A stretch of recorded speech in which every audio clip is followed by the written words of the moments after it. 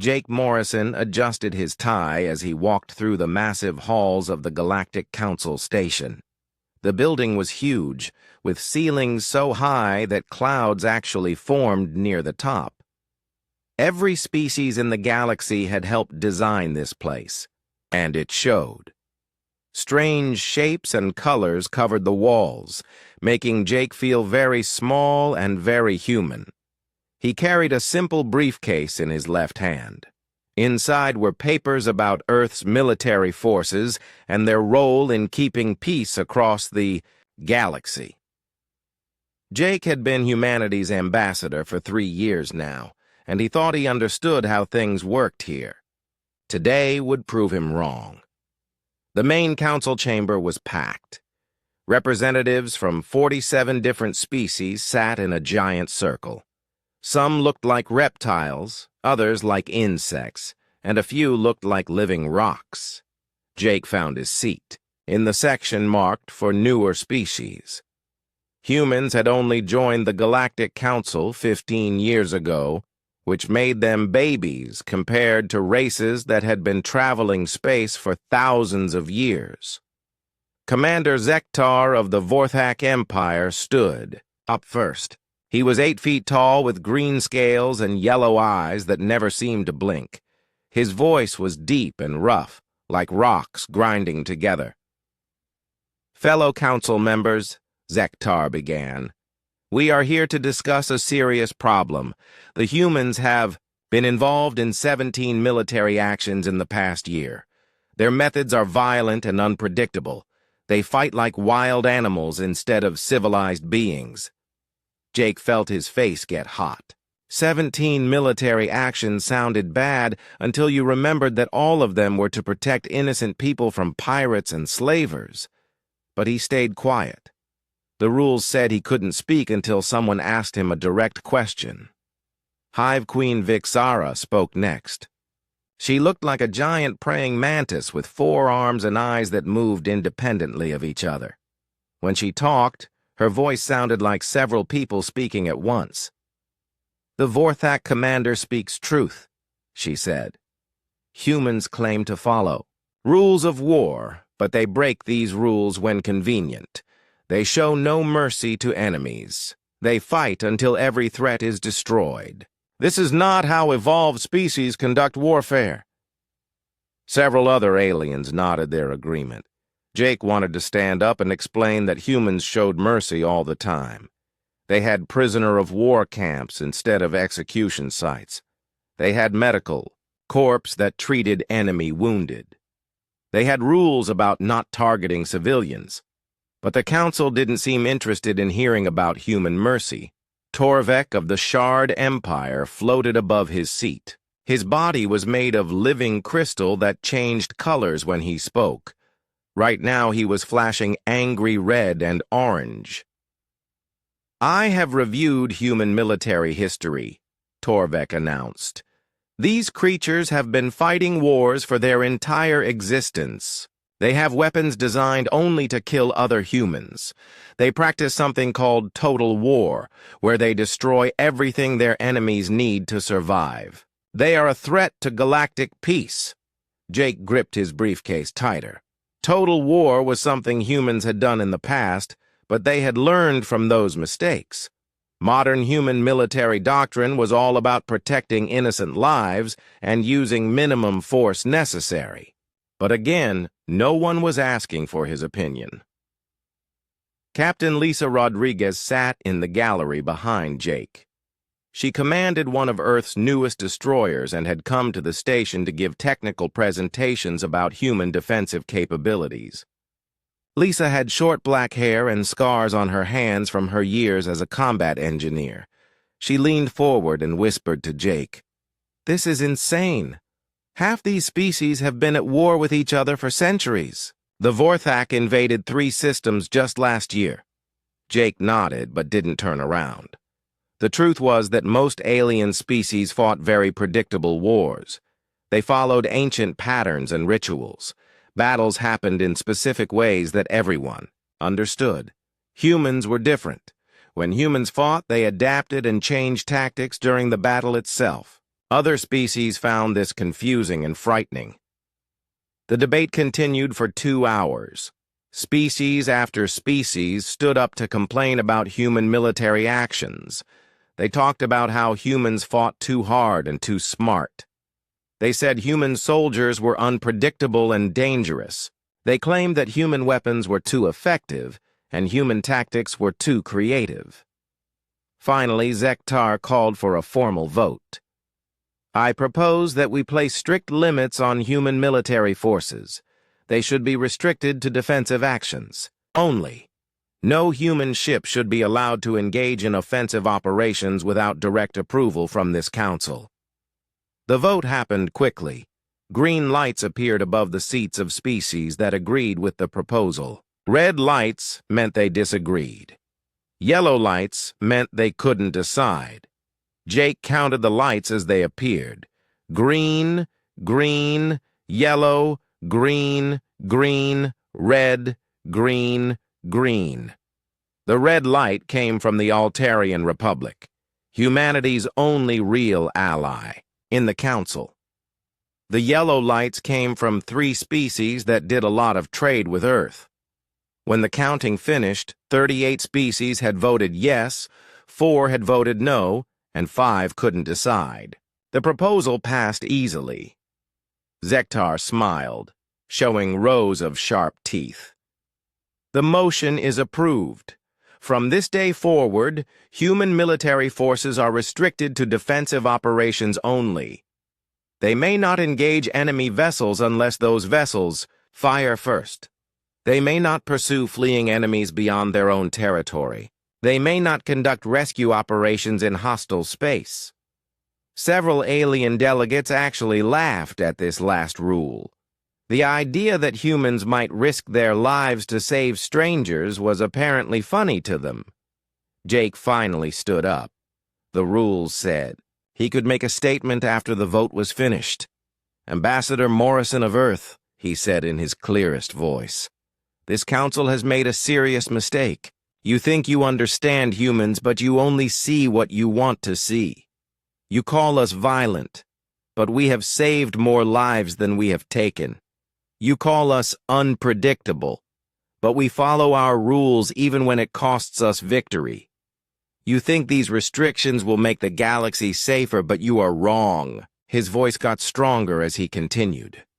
"Humans fight hard because we fight for things we believe in. We protect the weak because we used to be weak ourselves. We adapt in battle because that's how we survived for millions of years. You see these things as flaws, but they are our greatest strengths." Jake looked around the chamber at all the alien faces staring at him. "Someday you will need our help. When that day comes, remember that you chose to tie our hands. Remember that you decided. Humans were too dangerous to fight for justice."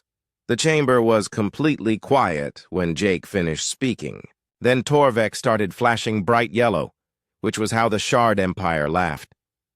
Soon other delegates were making their own species laughing sounds. "The human thinks he is making threats," Zektar said with amusement. "Let me be clear, Ambassador Morrison. Your species will follow these new rules, or Earth will be expelled from this council. You need us far more than we need you." Jake packed his briefcase and walked out of the chamber. Behind him, he could hear the aliens still laughing about humanity's threats and primitive thinking. Captain Rodriguez followed him out, her face red with anger. "What do we do now?" she asked. Jake straightened his tie again and looked out, the window at the stars. "We follow their rules," he said quietly. "And we wait for them to realize their mistake." Neither of them knew that the wait would only last 6 months. Captain Roy Chen stood on the bridge of the Earth cruiser New Horizons and watched the worst thing he had ever seen in 20 years of space service. Ahead of his ship, the massive colony vessel Garden of Eden hung dead in space, surrounded by 38 pirate ships like sharks around a wounded whale. "Communications," "Get me a status report on the colony ship," Roy ordered. His voice was calm, but his hands were shaking slightly. The Garden of Eden carried 40,000 civilians, families, children, elderly people, and workers who had sold everything they owned for a chance at a new life on the frontier. Communications Officer Beth Williams worked frantically at her station. She was one of the best in the fleet at breaking enemy encryption, but what she was hearing made her sick to her stomach. "Sir, I'm picking up transmissions from the pirate fleet," Beth said. "They're speaking Vorthak battle language, but I can translate most of it. The leader is someone called Gorthmal. He's demanding tribute from the colonists." "What kind of tribute?" Roy asked, though he was afraid he already knew the answer. Beth's face went pale. 10 million credits, or they start killing hostages. They've given the colonists 6 hours to come up with the money. Roy felt ice form in his stomach. 10 million credits was more money than most frontier colonies made in 5 years. The people on the Garden of Eden were farmers and miners, not wealthy traders. They probably had a few thousand credits between all of them. "Sir," said Tactical Officer Mike Taylor, "I'm reading weapon signatures from all 38 pirate vessels. They have us outgunned about 20 to 1. Roy looked at the tactical display. Under normal circumstances, he would attack immediately. The New Horizons was fast and well-armed, and pirate ships were usually poorly maintained. But these weren't normal circumstances. The Galactic Council's combat ban meant he could only fight if the pirates shot at him first. "Helm, take us to a safe distance," Roy ordered. "Make sure we're close enough to help with evacuations, but far enough away that they can't claim we're threatening them." The bridge crew followed his orders, but Roy could see the frustration on their faces. These were good people who had joined the Space Force to protect innocent lives. Being forced to watch helplessly while civilians were threatened went against everything they believed in. Medical Officer Pete Davis called from the sick bay. "Captain, I'm monitoring the colony ship's medical channels. They're reporting panic attacks, heart problems, and several people who have passed out from stress. They have families with small children over there." Roy closed his eyes for a moment. Small children. People who had never hurt anyone in their lives, now facing death because a group of criminals wanted easy money. "Have we heard anything from the Galactic Council?" Roy asked. "Yes, sir," Beth replied. "I sent our situation report 3 hours ago. The nearest Council patrol fleet is at least 3 days away. They said to maintain position and avoid provoking the pirates. 3 days. In 3 days, every person on that colony ship could be dead or worse." Roy had read reports about what pirates did to captured civilians. The lucky ones got sold to illegal mining operations where they worked until they died. The unlucky ones didn't want to think about. "Sir, I'm picking up a new transmission," Beth announced. "The pirates are broadcasting on an open channel. Put it on speakers," Roy said. The voice that filled the bridge was rough and cruel, speaking heavily accented English. "People of the colony ship, this is Warlord Gorthmal. You have 6 hours to transfer 10 million credits to our accounts. If you do not pay, we will begin executing hostages. We will start with the children and work our way up to the adults." Roy felt his jaw clench so hard his teeth hurt. Around the bridge, his crew was having similar reactions. Gunner Kate Lee was gripping her control panel so tightly her knuckles had turned white. The pirate continued talking. "Do not think the human ship can save you. The Galactic Council has tied their hands. They can only watch while we do what we want. The great human warriors are now nothing but space janitors." Cruel laughter came through the speakers before the transmission ended. "Bastards," Mike Taylor whispered. "Captain," Kate Lee said, "request permission to target their command ship. One missile could take out their leader. Roy wanted to say yes more than anything in the world, but he couldn't. Negative. We follow the rules until they fire first. Careful. The next hour, they watched and waited.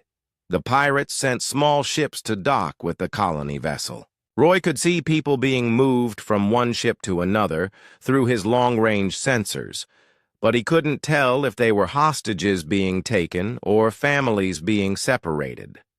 Then Beth's equipment started picking up internal communications from the colony ship. A man was pleading with someone in broken Vorthak, trying to explain that they didn't have the money the pirates wanted.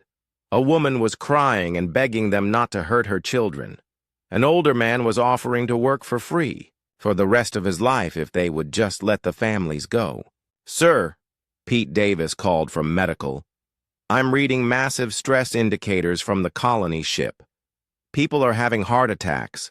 Some of the elderly passengers aren't going to survive this, even if the pirates don't hurt them." Roy felt something break inside his chest. These were his people, humans who had trusted that Earth's military would protect them, families who had believed they could build a safe life on the frontier. And he was sitting here doing nothing while they suffered. "Captain," Beth said quietly, "I'm intercepting pirate communications again. They're talking about which hostages to kill first. They want to make an example that will scare other colonies." Roy stood up from his captain's chair and walked to the front of the bridge. Through the main screen, he could see the colony ship in the distance. 40,000 people who needed his help.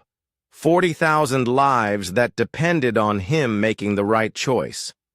"Sir," Mike Taylor said, "the pirates just launched fighters. They're heading for the colony ship." Roy watched 12 small fighter craft speed toward the helpless civilian vessel. He knew what would happen next. The fighters would dock, and armed pirates would board the ship. They would round up hostages and start killing them on camera to prove they were serious. "Weapon status?" Roy asked. "All systems ready, sir," Kate Lee replied. "We could disable their entire fleet in 15 minutes. "But only if they shoot at us first," Roy reminded her. "Yes, sir," Kate said.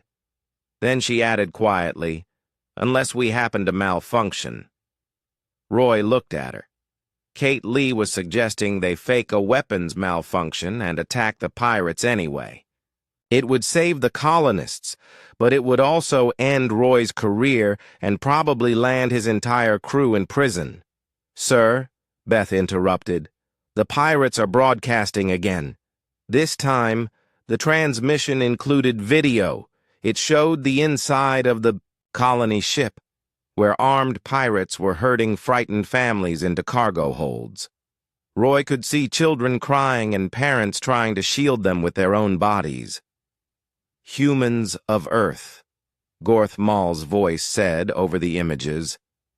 "Watch and learn. Your mighty fleet cannot help these people. Your Galactic Council masters have made you weak. Soon, every human colony will pay tribute to us, and there is nothing you can do to stop it." The transmission showed pirates grabbing a young girl, maybe 8 years old, and dragging her away from her parents. The camera followed as they took her to an airlock. "This child dies in 1 hour unless we receive payment," Gorth Mal announced. "After that, we kill one person every hour until you give us what we want." The transmission ended, leaving the bridge in terrible silence. Roy looked around at his crew. These were good people who had sworn to protect innocent lives. They had families of their own back on Earth. They understood exactly what the people on that colony ship were going through. "Captain," Pete Davis called, "I'm reading critical medical emergencies on the colony ship. At least 6 people have died from stress-related heart attacks. More are going to die even if the pirates don't touch them." Roy sat back down in his captain's chair and thought about his options. He could follow orders and watch 40,000. People die or disappear into slavery. He could break the combat ban and save lives, but destroy his career and possibly start a war between humanity and the Galactic Council. Or he could find a third option. Communications, Roy said. Send a message to Admiral Blake at Earth Command. Tell him we need immediate instructions for a situation not covered by current rules of engagement. Yes, sir, Beth replied. Roy hoped Admiral Blake would have an answer, because he was running out of time and patience.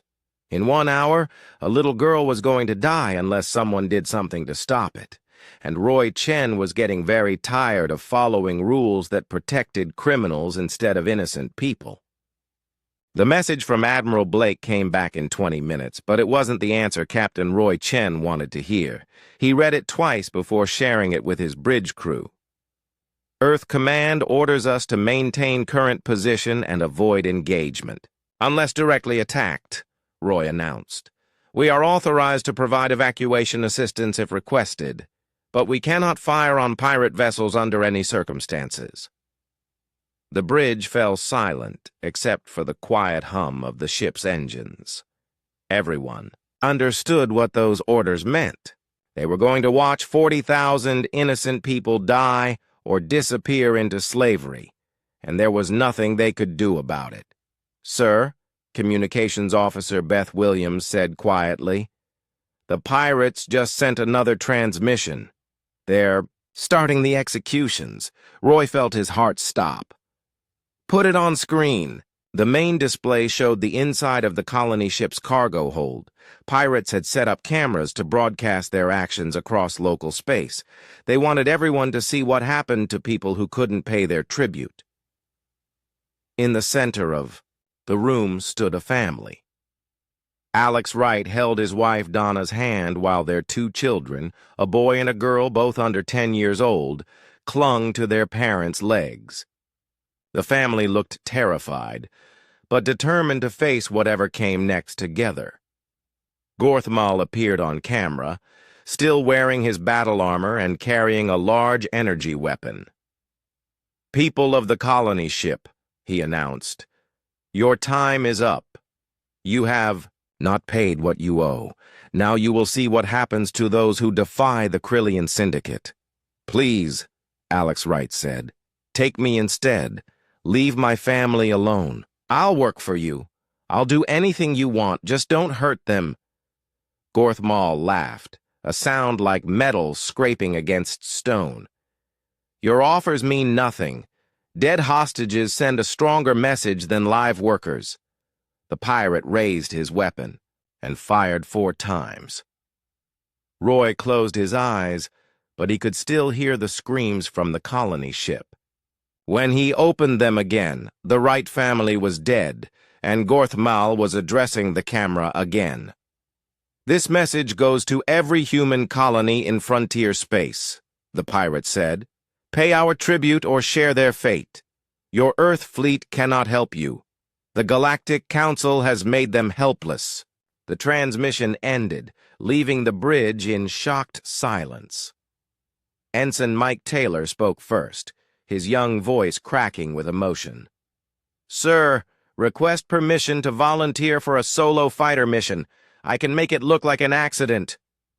Denied, Roy said, though his own voice was shaking. Gunner Kate Lee stood up from her station. Captain, I formally request permission to suffer a targeting system malfunction. All weapon systems appear to be experiencing technical difficulties. Sit down, Lieutenant, Roy ordered. That's an order. Kate sat down, but Roy could see tears in her eyes. Around the bridge, his entire crew was falling apart. These were people who had joined the Space Force to protect innocent lives, and they were being forced to watch helpless families get murdered. Sir, Beth said, I'm receiving hundreds of messages from the colony ship. People are begging us to help them.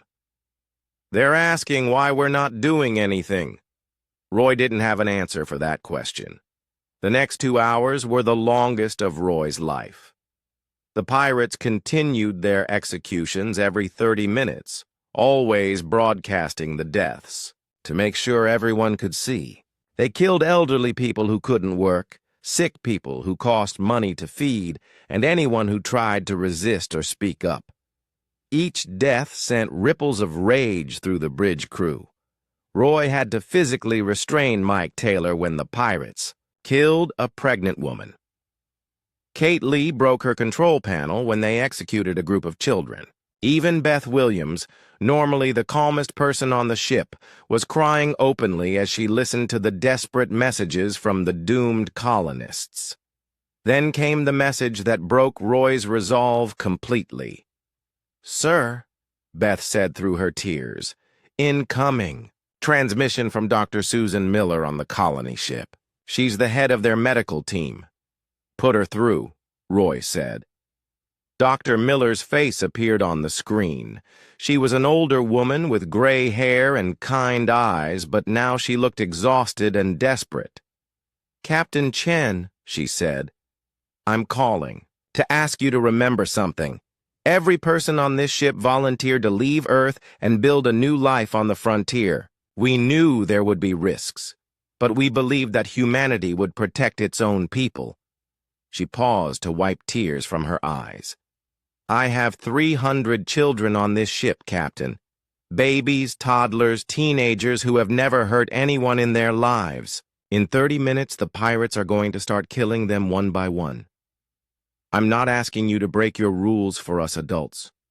We made our choice when we left Earth. But please, for the children, isn't there something you can do?"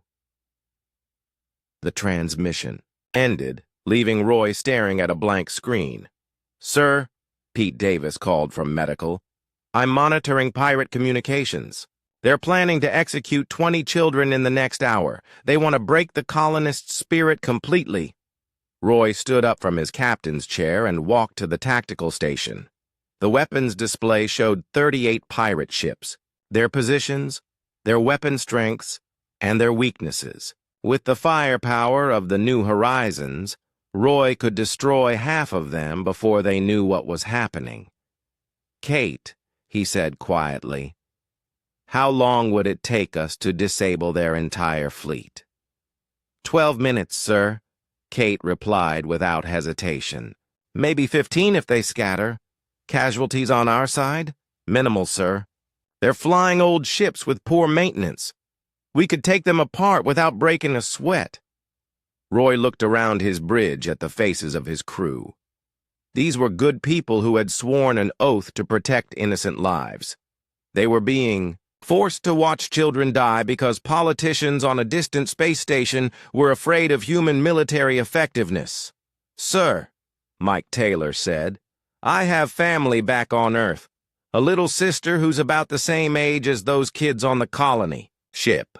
If someone was threatening her, I'd want our military to do something about it." "We all would," Kate added. "That's why we're here." Roy walked back to his captain's chair and sat down. He thought about Admiral Blake's orders. He thought about the Galactic Council's rules.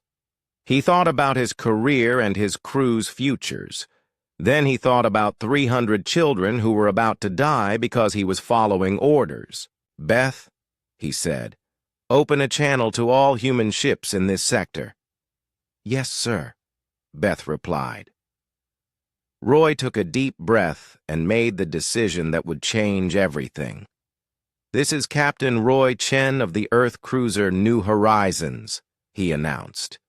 "I am hereby declaring that the Galactic Council's combat restrictions are suspended for this engagement. All human vessels are authorized to use whatever force is necessary to protect innocent civilian lives." He paused, knowing that his next words would probably end his career. "To our alien friends who might be listening, you wanted to see what happens when humans don't hold back? You wanted to know why the galaxy was afraid of us before we learned to follow your rules? You're about to find out." Roy looked at his weapons officer. "Kate, target all pirate vessels. Prepare to fire on my command." "Yes, sir," Kate said with a fierce smile. "Weapons hot and ready." "Mike, plot an intercept course for the colony ship. Best possible speed. Course laid in, sir. Roy settled back in his captain's chair and felt something that had been missing for 6 months finally return. For the first time since the combat ban started, he was about to do his job properly. "All stations, this is the captain," he announced over the ship's internal communication system. "We are going to save those people. We are going to show these pirates why humanity doesn't negotiate with terrorists. And we are going to remind the galaxy why they needed rules to control us in the first place." The bridge crew cheered, a sound of relief and determination that had been building up for months. "Beth, one more transmission," Roy said. "Send this to Earth Command, the Galactic Council, and anyone else who wants to listen." He looked directly into the camera as Beth activated the recording system. "This is Captain Roy Chen. For 6 months, we have followed your rules while innocent people died. For 6 months, we have watched criminals grow bold because they knew we couldn't stop them. That ends today. If you want to court-martial me for protecting children, go ahead. But first, watch what happens when humans stop pretending to be civilized." The recording ended and Roy turned back to his tactical display. "All ships, prepare for engagement. Let's go save some lives." The moment Captain Roy Chen gave the order to attack, something fundamental changed in human space. Ships that had been sitting quietly at patrol stations for months suddenly came alive with purpose. Captains who had been forced to watch pirates operate freely finally had permission to do what they had trained their entire lives to do. "All weapons, fire at will," Roy commanded. The New Horizons unleashed its full arsenal at the pirate fleet. Missiles streaked through space like angry comets, and energy beams cut through the darkness. The first pirate ship exploded before its crew even realized they were under attack. But Roy's ship wasn't alone. Across 3 star systems, human vessels abandoned their defensive positions and converged on pirate strongholds with deadly precision. Captain Sue Garcia commanded the destroyer Relentless from a position 30 light minutes away. She had been patrolling the edge of human space, watching pirate supply ships pass by every day while her hands were tied by regulations. "This is Garcia to all ships in Delta Squadron," she announced over the tactical network. "Form up on my position. We're going hunting." The Relentless led 8 other human ships in a coordinated strike against the main pirate supply base. Sue had been watching this base for 2 months, learning its defenses and plotting the perfect attack. Now she finally had permission to use that knowledge. "Tactical, give me a firing solution on their command center," Sue ordered. "Target locked, Captain," replied her weapons officer. "Fire." The pirate base's main building disappeared in a ball of superheated plasma. Secondary explosions rippled through their fuel storage and weapons depots. In less than 3 minutes, a criminal organization that had terrorized frontier colonies for years was completely destroyed. Meanwhile, Commander Bill Johnson's cruiser, Vengeance, was cutting off escape routes for pirates trying to flee the sector. Bill had been a tactical instructor before the ban, and he understood how criminals thought when their plans fell apart. "They'll run for the asteroid field," Bill predicted to his bridge crew. "Pirates always think they can hide in asteroid fields." He was right.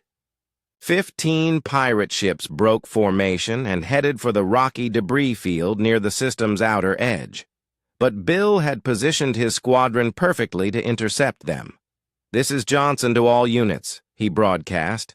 "Execute formation Delta 7. Drive them toward the gas giant." Human ships moved with the precision of a pack of wolves herding prey. They didn't just chase the pirates.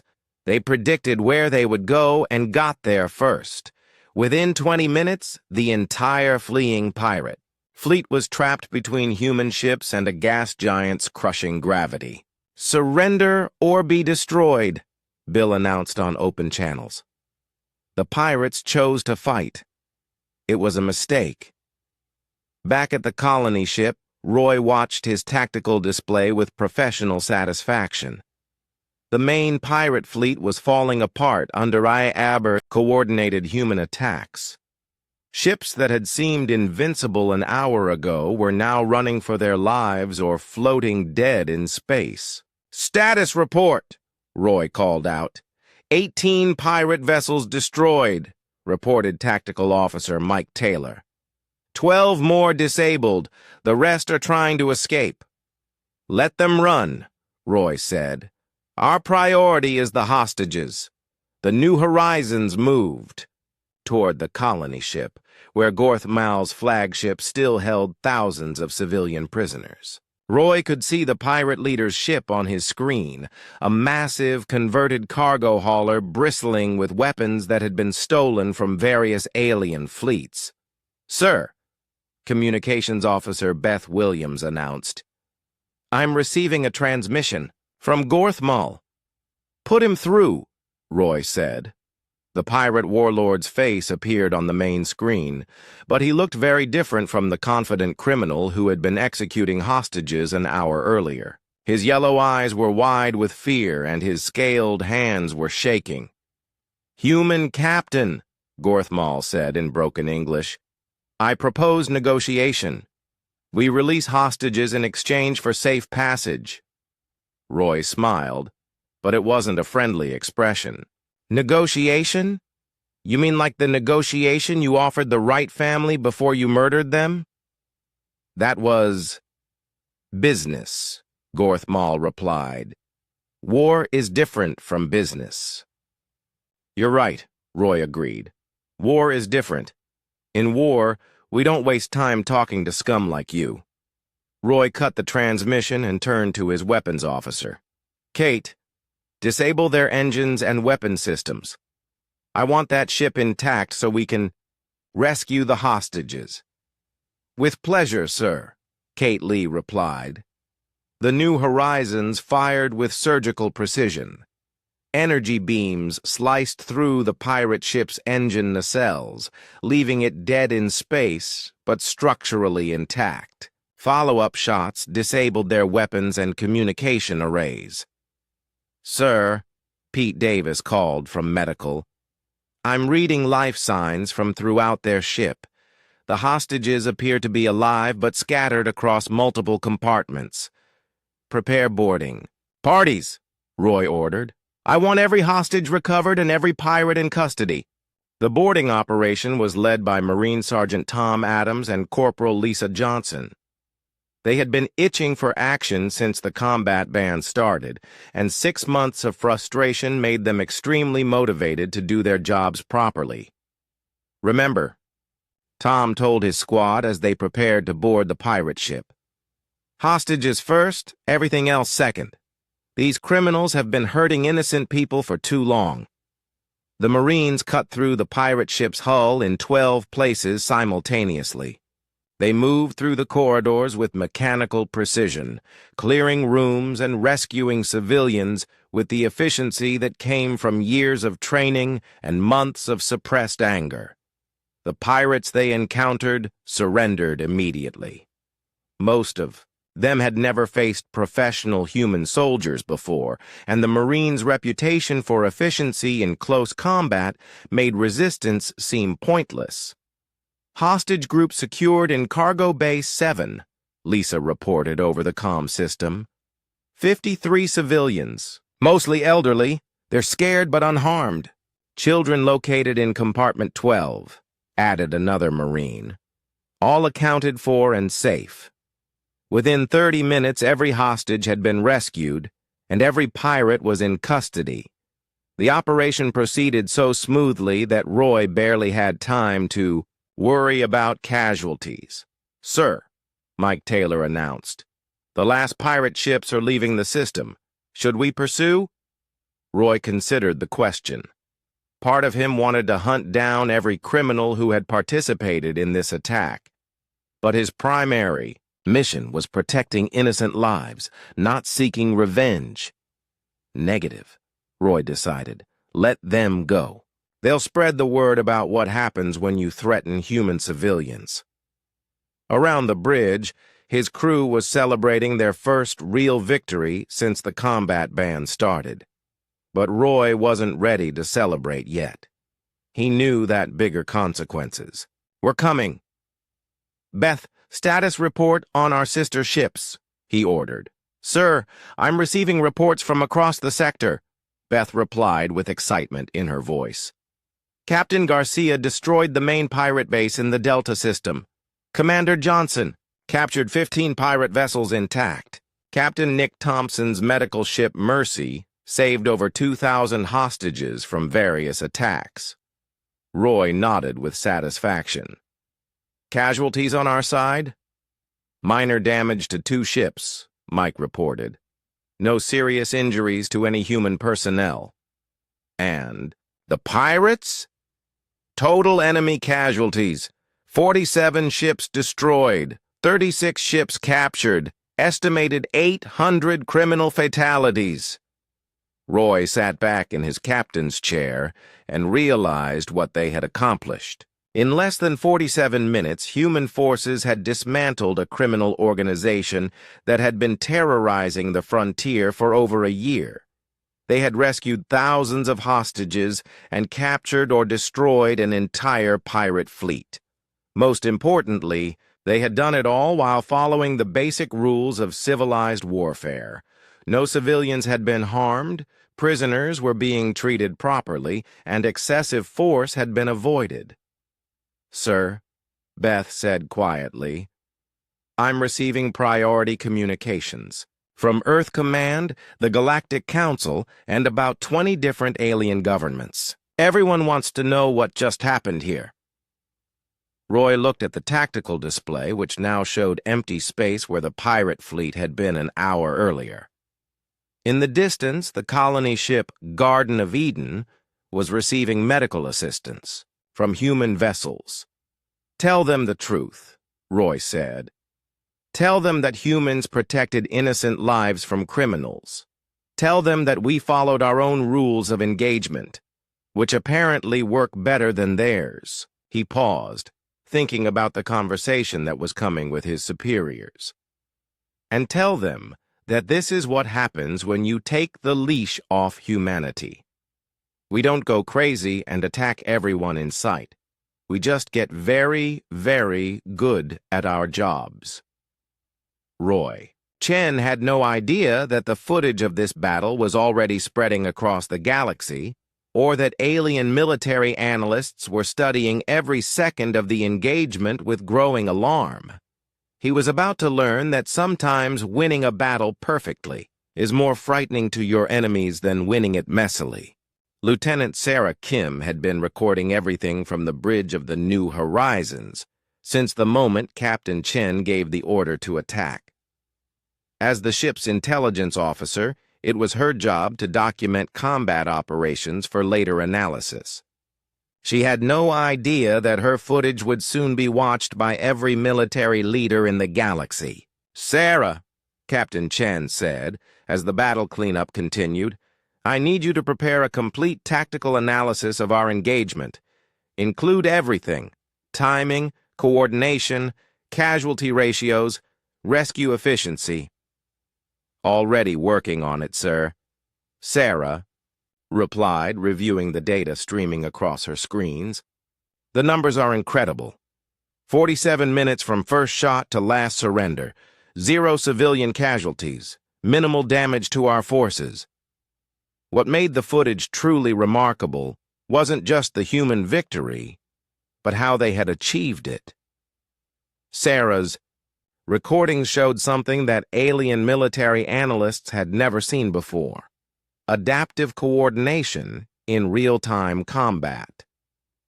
Dr. Ellen Brooks was reviewing the tactical data at Earth Military Academy when she first understood what made the footage so disturbing to other species. Ellen had spent 15 years studying alien military doctrine, and she knew that most species fought according to rigid patterns learned over thousands of years. Look at this sequence. Ellen said to her assistant as she highlighted a section of the battle footage. 3 human ships encounter an unexpected asteroid field that blocks their planned approach. Watch what they do. The footage showed the human vessels immediately changing formation without waiting for orders from a central commander. They split into 2 groups, with one team drawing enemy fire, while the other circled around the asteroids for a flanking attack. The entire maneuver took less than 4 minutes. Most alien species would have pulled back and requested new orders from their fleet commander, Ellen explained. The humans just adapted their strategy on the spot and kept attacking. The footage was spreading through galactic communication networks faster than anyone had expected. Military attachés from dozens of species requested copies. Intelligence services began analyzing every frame for insights into human combat capabilities. On the Vorthak homeworld, Commander Zektar watched the battle recordings with growing unease. He had led the campaign to restrict human military actions, believing that humans were primitive and easily controlled. The footage suggested he had made a serious mistake. Tactical analysis, Zektar demanded from his subordinates. How did they coordinate so effectively? Sir, replied his intelligence officer, our experts believe the humans were using some form of advanced battlefield communication technology.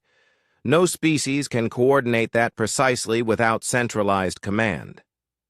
Zektar studied the footage more carefully.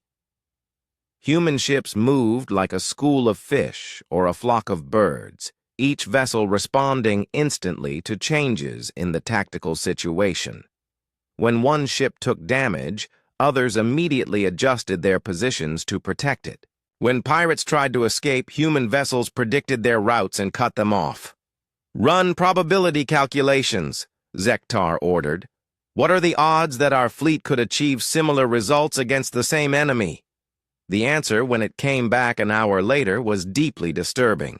Vorthak battle doctrine relied on individual ship commanders following predetermined attack patterns. Against an organized pirate fleet, Vorthak forces would have needed at least twice as long to achieve victory, with significantly higher casualties.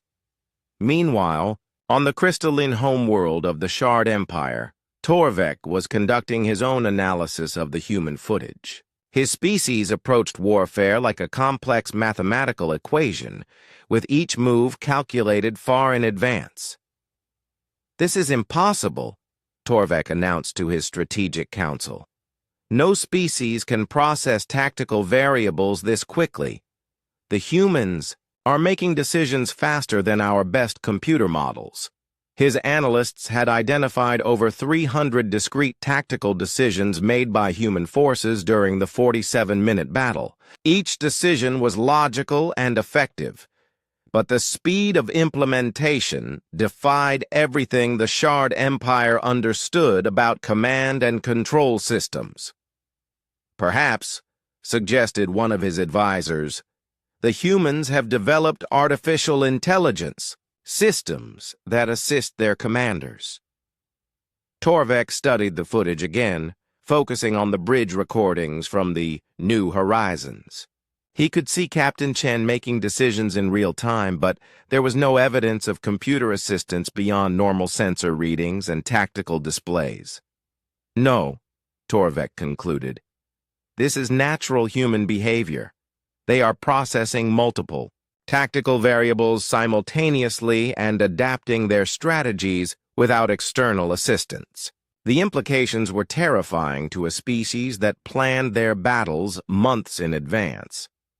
Dr. Ellen Brooks was receiving requests for analysis from across the galaxy. Everyone wanted to understand how humans had achieved such overwhelming tactical superiority with apparently inferior numbers and technology. The secret isn't our ships or our weapons, Ellen explained in a presentation to the Earth Defense Council. It's how our brains work. Humans evolved as cooperative hunters who had to adapt quickly to changing conditions. We're naturally good at reading battlefield situations and adjusting our approach. She pulled up a comparison chart showing human tactical adaptability versus other species. Most aliens learn one way to fight and stick with it forever. Vorthak charge straight at their enemies. The Hive Queens coordinate through central command. The Shard Empire follows predetermined battle plans. The chart showed human forces switching between different tactical approaches multiple times during a single engagement. We change our strategy based on what works. If charging doesn't work, we try flanking. If flanking doesn't work, we try siege tactics. We keep adapting until we find something that succeeds. The footage was also being analyzed by the Galactic Council's military advisors, who were beginning to understand why they had been so wrong about human capabilities. "We made a fundamental error," admitted General Voxtar of the Council Defense Force. "We assumed that human aggression indicated primitive thinking. We didn't realize that their aggression was controlled and purposeful. The recordings showed human forces exercising remarkable restraint, even during combat. Pirates who surrendered were captured alive. Civilian areas were carefully avoided. Excessive force was never used when minimum force would achieve the objective." "They fight like predators," Voxtar continued. "But they think like philosophers. They are capable of extreme violence, but they choose to limit themselves according to moral principles." This combination of capability and restraint was more frightening to the Council than simple barbarism would have been. Barbarians were predictable and could be contained, but humans appeared to be making conscious choices about how much force to use in each situation. Back on Earth, Admiral Kevin Blake was reviewing the tactical footage with mixed emotions. He was proud of his officers for protecting innocent lives, but he knew that the political consequences would be severe. "Sir," reported his aide, "we're receiving communications from every major government in the galaxy. The Galactic Council has called an emergency session to discuss the combat ban violation." Kevin nodded. He had expected this response. "What about casualty reports from our operations?" "Zero friendly casualties, sir. Over 3,000 civilians rescued. Complete tactical victory across all engagement zones." Kevin studied the footage one more time, focusing on the professionalism displayed by human forces throughout the engagement. His people had fought with precision, discipline, and clear moral purpose. They had achieved their objectives while following the basic rules of civilized warfare. "Prepare a detailed report for the Council," Kevin ordered. "Include complete tactical analysis, casualty figures, and refugee statistics. Make sure they understand that we followed our own rules of engagement, which apparently work better than theirs." He paused, watching footage of human Marines rescuing terrified children from pirate ships. "And make sure they see this part. Let them explain why their rules would have let those children die." The footage continued to spread across galactic networks, watched by billions of beings who were seeing human military capabilities for the first time. Species that had considered humans to be primitive warriors were beginning to understand that they had been dealing with something much more dangerous. They had been dealing with soldiers who chose to fight by rules rather than soldiers who needed rules to control them. The difference, as they were about to learn, was significant. The emergency session of the Galactic Council began 12 hours after the last pirate ship surrendered. Representatives from 47 species gathered in the Great Chamber, but the mood was completely different from the meeting 6 months earlier when they had voted to restrict human military actions. This time, nobody was laughing. Commander Zektar of the Vorthak Empire stood at his speaking platform, but his usual confidence was gone. The tactical footage from the human engagement had been analyzed by every military expert in his government, and the conclusions were disturbing. "Fellow council members," Zektar began, his voice lacking its former arrogance, "we must address the recent human military actions. Our initial assessment of their capabilities appears to have been incomplete." Hive Queen Vixara spoke next, her multiple voices sounding unusually strained. "The humans achieved tactical results that our best simulations indicate should have been impossible. They coordinated fleet movements without centralized command. They adapted strategies in real time. They processed battlefield variables at speeds that exceed our computer models." In the gallery, Ambassador Jake Morrison sat quietly and watched. The aliens struggled to understand what they had witnessed. Behind him, Captain Lisa Rodriguez whispered observations about how the various species were reacting to the footage. "Look at the crystalline delegation," Lisa noted. "They're actually vibrating with stress, and the insectoid representatives keep clicking their mandibles. That's their equivalent of nervous sweating." Jake nodded, but remained silent. He had received instructions from Earth to let the aliens do most of the talking during this session. The footage spoke for itself.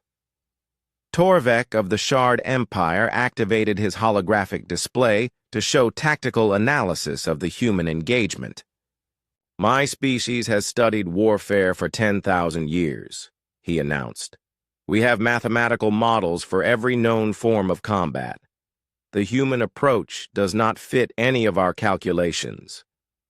The display showed comparative analysis between human tactics and established alien military doctrine. Human forces had made decisions at a rate that was 3 times faster than Vorthak warriors, 5 times faster than Hive Queen coordination, and 8 times faster than Shard Empire planning cycles. "More disturbing," Torvek continued, "is their apparent ability to function without rigid command hierarchy. Each human vessel operated independently while maintaining perfect coordination with the overall strategy. General Voxtar of the Council, Defense Force stood to address the assembly. His species looked like walking trees, and his voice rustled like wind through leaves when he spoke. "I have reviewed the footage extensively," Voxtar said. "The humans did not fight like primitive barbarians. They fought like apex predators who have learned to use tools and strategy." He paused, and the chamber fell completely silent. "Most concerning is their restraint. They possessed overwhelming firepower advantage, but used only the minimum force necessary to achieve their objectives. This indicates conscious control over their aggressive capabilities." Dr. Helen Carter had been granted permission to address the council as an expert on human psychology. She stood at the visitors' platform and looked around at the assembled alien representatives. "Honorable delegates," Helen began, "6 months ago, you voted to restrict human military actions because you believed we were too aggressive and unpredictable. You were partially correct. Humans are aggressive and we are unpredictable compared to your species." She activated her own display, showing evolutionary charts for various galactic species. "But you misunderstood what those traits mean. Most of your species evolved as either specialized predators or specialized prey. You developed combat instincts that are very effective, but also very rigid. The display showed hunting patterns for different alien species. Vorthak attacked in straight lines with maximum force. Hive Queens coordinated through collective intelligence, but avoided direct confrontation. The Shard Empire calculated optimal strategies but couldn't adapt if conditions changed. Humans evolved differently, Helen continued. We were persistence hunters who worked in cooperative groups. We had to be aggressive enough to take down large prey, but smart enough to coordinate with our pack, and flexible enough to adapt when our first plan didn't work. She highlighted footage from the recent battle showing human ships changing tactics multiple times during the engagement. What you call unpredictable aggression, we call adaptive problem-solving. What you call primitive violence, we call controlled application of force, Commander Zektar interrupted. Dr. Carter, are you suggesting that humans are naturally superior warriors? Helen shook her head. No, Commander. I'm suggesting that humans are naturally adaptive warriors. Your species are probably better at specific types of combat, but humans are better at changing our approach when the situation changes. The implications of this statement rippled through the chamber. Several species began urgent consultations with their military advisors via communication devices. Dr. Carter, asked Hive Queen Vixera, what are the implications for galactic security if humans are not restricted? Helen smiled, but it wasn't entirely reassuring. That depends on whether you continue to treat humans as enemies or start treating us as allies.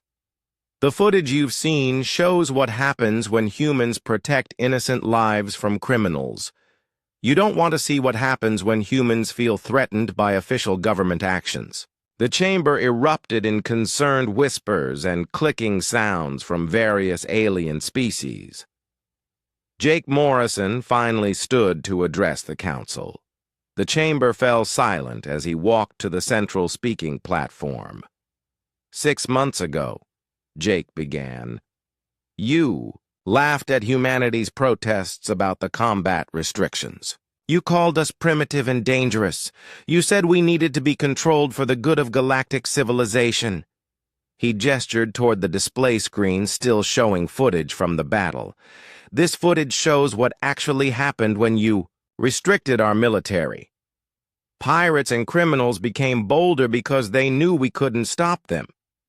Innocent people died while our ships sat helplessly and watched. Jake's voice grew stronger as he continued. When we finally decided to protect those people, we achieved total victory in 47 minutes with 0 civilian casualties. We captured or destroyed an entire criminal fleet while suffering minimal damage ourselves. He looked around the chamber at the alien representatives who had mocked humanity 6 months earlier.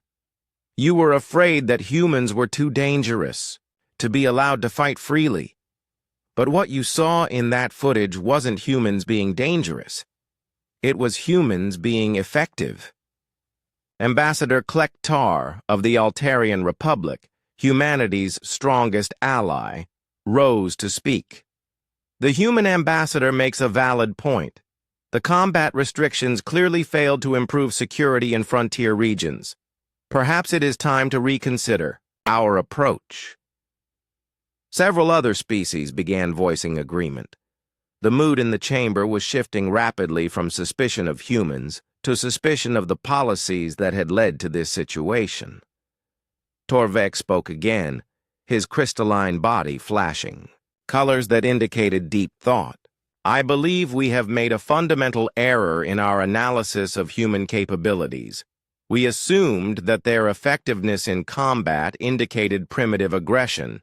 The footage suggests instead that their effectiveness indicates advanced tactical thinking. Commander Zektar looked uncomfortable as he stood to make his final statement. The Vorthak Empire acknowledges that our assessment of human military capabilities was inadequate. We formally request that the combat restrictions be reconsidered. Jake Morrison remained at the speaking platform as murmurs of agreement spread through the chamber. The restrictions should not be reconsidered, he said firmly. They should be completely rescinded. He activated his own display, showing statistics from the past 6 months. Piracy in human-protected sectors increased by 300% after the combat ban. Civilian casualties increased by 500%. Criminal organizations openly mocked Galactic Authority because they knew our most effective peacekeeping force had been neutralized. The statistics were undeniable, and even the species that had most strongly supported the original restrictions couldn't argue with the data. Humans will continue to follow civilized rules of engagement, Jake continued. We will continue to protect innocent lives and treat prisoners according to galactic conventions. But we will do so as free allies, not as restricted subordinates. The vote, when it came, was unanimous. Even the species that had originally feared human military power now understood that controlled human strength was preferable to uncontrolled criminal activity.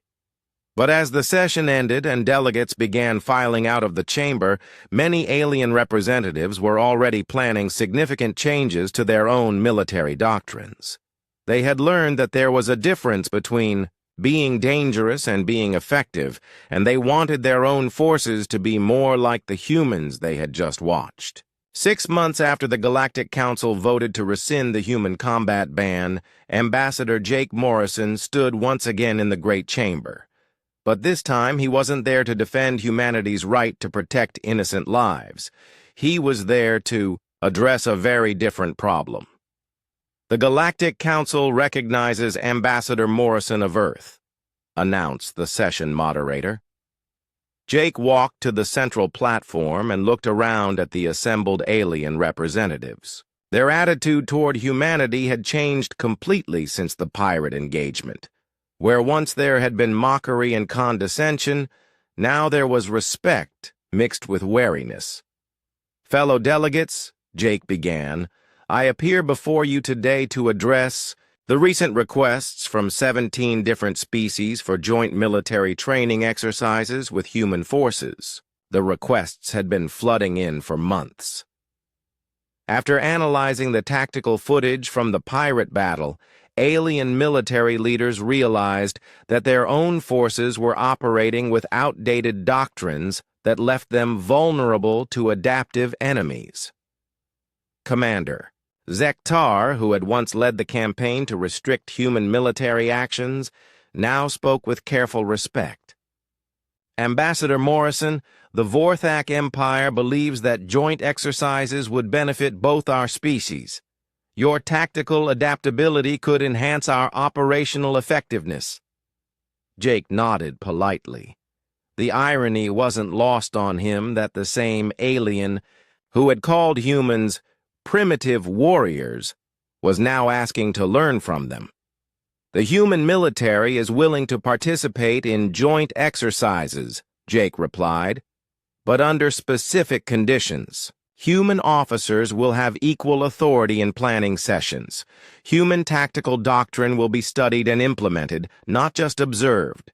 And all participating species must agree to follow established rules of engagement that protect civilian populations. Hive Queen Vixara spoke next, her multiple voices harmonizing in a way that indicated serious consideration. These conditions are acceptable to our collective. We are particularly interested in learning how human forces coordinate without centralized command structures. The truth was that human tactical doctrine was spreading through alien militaries, whether Earth officially approved or not. Military academies across the galaxy were studying the footage from the pirate engagement, trying to understand how human forces had achieved such overwhelming effectiveness. Admiral Kevin Blake had been promoted to chairman of the Joint Chiefs after the successful frontier operations. He appeared via holographic link to address the Council about the new military cooperation agreements. Honorable delegates, Kevin said, Earth is prepared to share our tactical knowledge with allied species. However, we want to be clear about what you're asking to learn. He activated a display showing human military training exercises. Human soldiers are taught to think independently while working toward common objectives. They practice adapting their strategies when conditions change. They learn to make decisions quickly under pressure. The display showed human Marines working through complex scenarios where the mission parameters changed multiple times during the exercise. Most importantly, They are trained to prioritize the protection of innocent lives over the completion of military objectives. This last point was crucial, and Kevin emphasized it deliberately. Species that want to adopt human tactics must also adopt human values. You cannot separate our military effectiveness from our moral constraints. Several alien delegates exchanged concerned glances. They wanted the tactical advantages that humans displayed, but some of them were uncomfortable with the ethical requirements that came with those advantages. Torvek of the Shard Empire addressed this concern directly. Admiral Blake, some of our combat traditions do not prioritize civilian protection to the same degree as human doctrine. Would this prevent effective cooperation? Kevin's response was firm but diplomatic. Torvek, human forces will not participate in operations that deliberately endanger civilian populations. If your species wants to learn our tactics, you must also learn our principles. The debate continued for several hours, with various species asking detailed questions about human military doctrine and training methods. Some aliens were eager to adopt human approaches completely, while others wanted to modify human tactics to fit their existing cultural frameworks. Dr. Helen Carter provided scientific analysis of why human military methods were so effective compared to other species. Human tactical thinking evolved from millions of years of cooperative hunting, she explained. We learned to work together as a group while still allowing individual initiative and creativity. She displayed brain scans showing how human neural pathways process tactical information. Most alien species have brains optimized for either individual combat or collective action. Humans have brains that can switch between both modes depending on the situation. The session concluded with the approval of a comprehensive military cooperation agreement. Human instructors would be assigned to alien military academies, joint exercises would be conducted regularly, and shared tactical databases would be established. But the most significant change wasn't in the formal agreements. It was in how other species now viewed humanity's place in galactic civilization. Captain Roy Chen, who had been promoted to admiral after his actions during the pirate crisis, was invited to address the graduating class at the Galactic Military Academy. His speech was broadcast to military bases across known space. 6 months ago, Roy told the mixed audience of human and alien cadets, the galaxy tried to limit human military effectiveness because they thought we were too dangerous. They learned that the real danger wasn't from humans who were allowed to fight freely. It was from criminals who knew that humans weren't allowed to fight back. He looked out at the young faces of future officers from dozens of different species. Today, you're learning human tactics and human principles. You're studying how we coordinate, how we adapt, and how we make decisions under pressure. But the most important lesson isn't about fighting techniques. Roy paused for emphasis. The most important lesson is that strength without restraint is not strength at all. It's just violence. Real military power comes from the ability to choose how much force to use, not from the inability to control yourself. The new cooperation agreements had an immediate effect on galactic security. Piracy rates dropped to the lowest levels in recorded history as criminal organizations realized they could no longer count on alien military forces being predictable and slow to adapt. More importantly, the footage from the human engagement had become required viewing at military academies across the galaxy. Young alien officers studied how human forces had rescued thousands of civilians while achieving total tactical victory.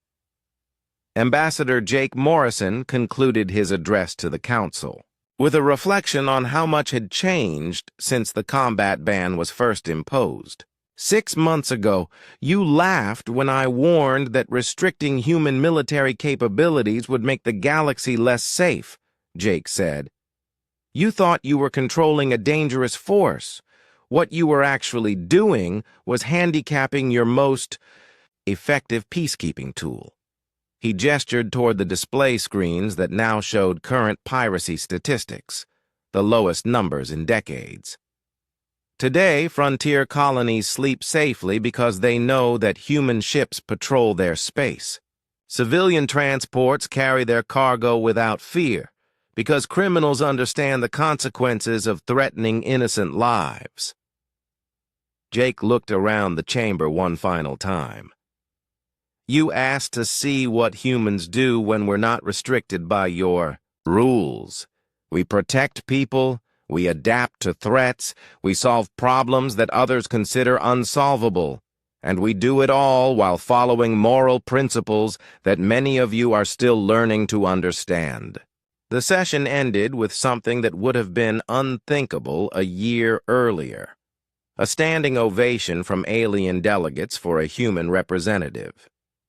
As Jake left the chamber, he reflected on how dramatically the relationship between humanity and the rest of the galaxy had changed. Humans were no longer seen as primitive barbarians who needed to be controlled. They were recognized as disciplined professionals who chose to exercise restraint. The difference, as the galaxy had finally learned, was everything. Outside the council building, Captain Lisa Rodriguez waited for Jake with a transport back to Earth. "How did it go?" she asked. Jake looked up at the stars visible through the station's transparent dome. Somewhere out there, human ships were patrolling trade routes, protecting colonies, and working alongside alien forces to keep the peace. They finally understand, Jake said with satisfaction. The galaxy is learning that the most dangerous opponents are not the ones who cannot control themselves. They are the ones who choose to limit themselves. He smiled as they boarded the transport. And now they want to learn how to be like us. The irony was perfect. The species that had once tried to restrict human capabilities were now asking humans to teach them how to be more effective. The galaxy had discovered that evolution's greatest warriors were not the biggest or strongest or most aggressive. They were the ones who had learned to think,